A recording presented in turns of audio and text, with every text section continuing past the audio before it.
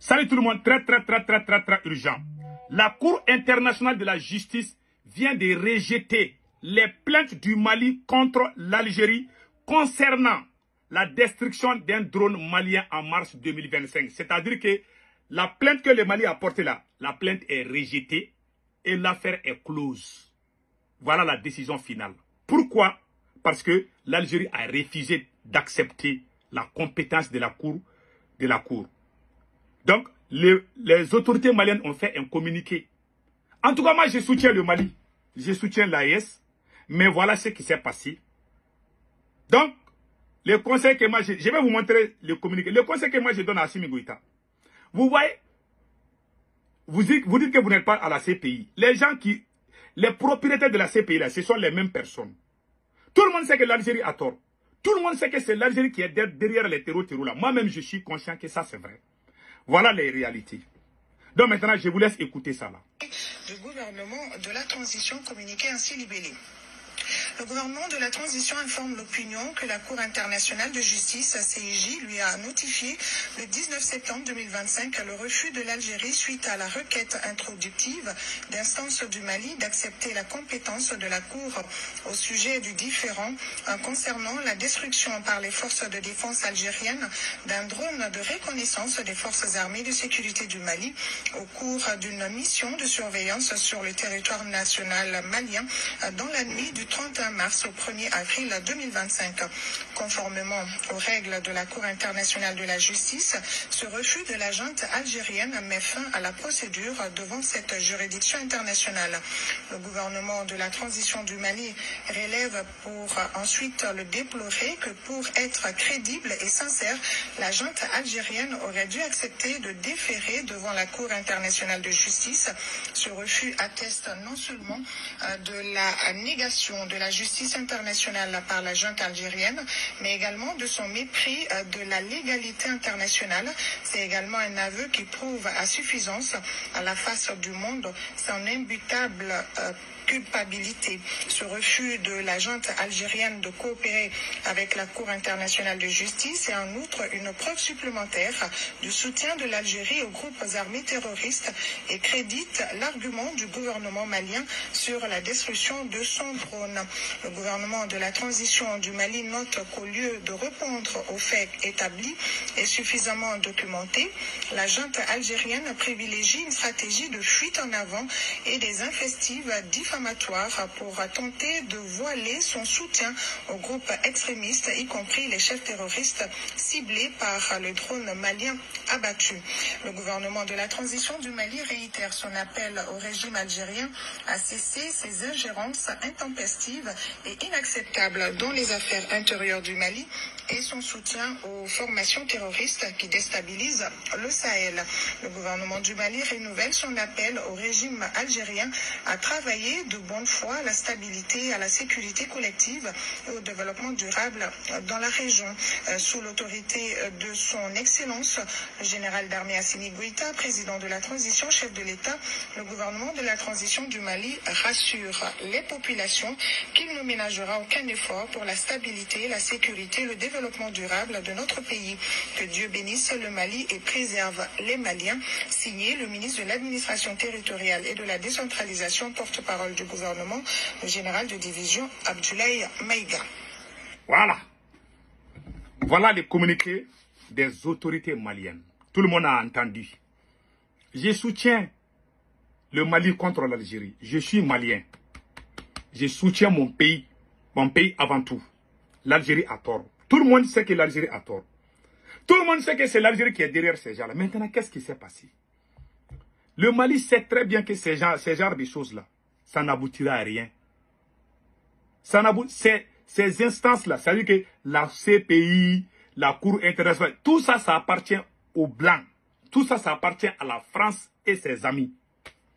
Et la France a travaillé avec l'Algérie contre le Mali. Quand les forces françaises étaient au Mali, travaillaient avec... La France a vu Iyad Agali caché dans un hôpital en Algérie. Je pense que j'ai la vidéo là. C'est l'ancien ambassadeur français même qui a dit... Je pense que je dois avoir la vidéo là. Si vous pouvez vous patienter, je vais vous montrer ça. La France, à travers son ancien ambassadeur, a dit que Iyad Agali était caché quand la France venait au Mali, le chef terror Iyad Agali était caché en Algérie. Que la France ne voulait pas le tuer pour ne pas que l'Algérie se fâche. Vous avez vu comment ils ont combiné contre le Mali? C'est à cause de ça que les terroristes sont au Burkina Faso. Voilà l'intervention. Voilà. Voilà ce que... Voilà le... Écoutons. Oui, la France ne voulait pas faire des attaques en Algérie parce qu'il n'y avait pas d'entente suffisante entre la France et l'Algérie à ce sujet. Il n'était pas possible pour l'armée française de faire... les Américains, vous savez, ils ont tué Ben Laden au Pakistan sans demander l'autorisation du Pakistan. Donc c'est une violation de la souveraineté du Pakistan pour pouvoir tuer Ben Laden. Il faut reconnaître que la diplomatie française est plus timide, plus peureuse si on veut, et n'a pas osé faire ce que les Américains ont fait au Pakistan. Voilà, c'est un fait. Alors moi j'étais pas dans les instances du pouvoir, j'aurais peut-être préféré que la France attaque Iyad Ghali en Algérie et le tue une fois pour toutes, mais on n'a pas osé le faire. Voilà, c'est un fait, parce qu'il était en Algérie. Mais il n'y a même pas eu de tentative de coopération militaire, coopération de renseignement avec l'Algérie pour pouvoir l'isoler ou même le mettre à la disposition du renseignement algérien. Ça s'est passé quand la France a intervenu au Mali. Donc, les forces françaises ont localisé le chef terroriste Iyad Agali en Algérie dans un hôpital. Donc, la France, et regardez la réaction de la France face à l'Algérie par rapport à Iyad Agali.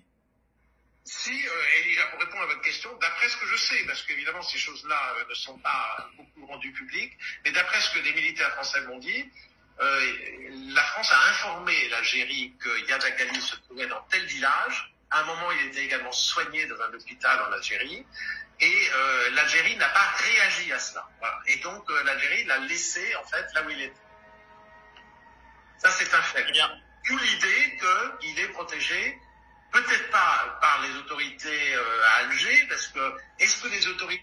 Voilà, vous avez entendu? Ça, c'est l'ancien ambassadeur français qui a dit ça. Donc, tout le monde sait que l'Algérie, que c'est l'Algérie qui est derrière ces gens-là. La France est au courant. Pourquoi l'ONU n'a pas pris sanction? Avant, tout le monde dit qu'on est contre les terroristes. Mais c'est les mêmes qui disent qu'ils sont contre la lutte contre les terroristes. C'est eux-mêmes qui les donnent les armes. Tout le monde sait. Là, ça, c'est l'ancien ambassadeur Nicolas Normand. Il était ambassadeur de la France au Mali.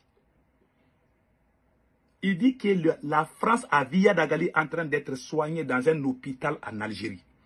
Ça, c'est une preuve. Moi, j'ai dit ça plus combien de fois. Vous êtes allé porter plainte. Vous pensez que ces blancs-là, ils sont ensemble. La France, l'Algérie, ils sont tous ensemble contre nous.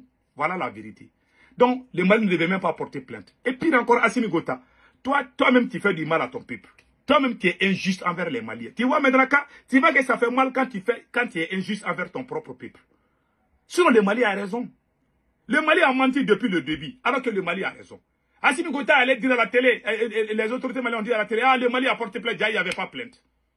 Donc, quand tu commences à mentir là, même si tu as raison, les gens ne vont plus te prendre au sérieux. Toujours mentir, toujours se cacher. Et pendant tout ce temps, Assimi Goïta se cachait au capitaine Ibé. Assimi se cachait au général Tchani pour travailler avec le renseignement français. Pendant combien d'années? Quelle trahison! Quelle trahison! Voilà pourquoi Assimi... Mais quelqu'un qui n'a pas de bénédiction là, même s'il a raison là, ça va se transformer à son tort. Voilà ce qui arrive à Assimi. Quand tu n'es pas sérieux là, tu vas toujours échouer.